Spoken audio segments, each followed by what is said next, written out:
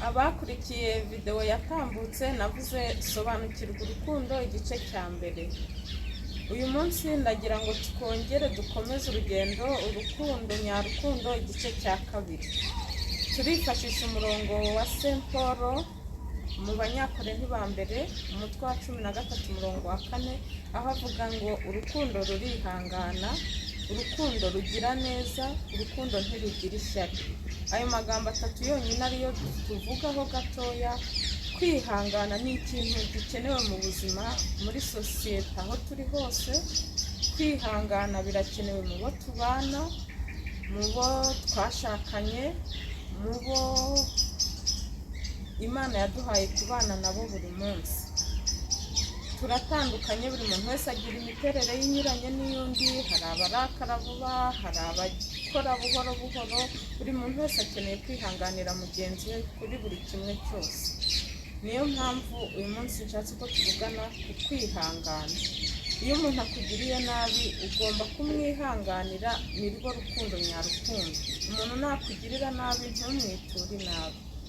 Urukundo rugira neza. Ntabwo ushobora kugira neza udafite urukundo. Bihera mu mutima, ukagira impuhwe, ukagira neza uzi ko ari urukundo, atari ukugira neza ngo bakurebe, atari ukugira neza ngo umuntu azakwiture. Oya, kugira neza ni ibintu biva mu mutima kandi birangwa n'ineza y'urukundo.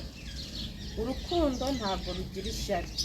Kuri ubu ngubu buri muntu wese araharanira iterambere rye ku giti cye, cyane cyane mu muco wa kera twarasangiraga tugasabana, umwe yaba ashonje undi agafasha undi.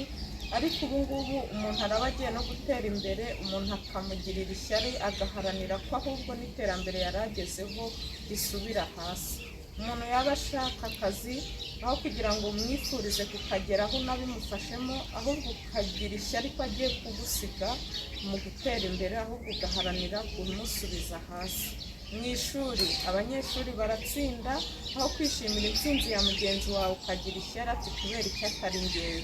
Ahubwo haranira nawe kugera ku cyiza, aho kugira ngo ube wagira ishyari urigirira mugenzi wawe. Umwe ari gutera imbere abona ubukire, noneho nawe aho kugira ngo wifatanye nawe kwishima, ahubwo ukagira ishyari ngo byose bigende, bikaba byanazanamo n'ibintu byo kwicana.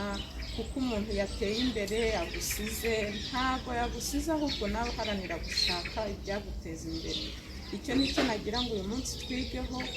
Muri komantere zanyu mumbwire experience muhura nazo, cyangwa se ibyo nabaganirizaho kurushaho uburyo urukundo nyarukundo rutagira ishyari, ahubwo ruharanira icyiza cya buri muntu. Murakoze, naho ubutaha.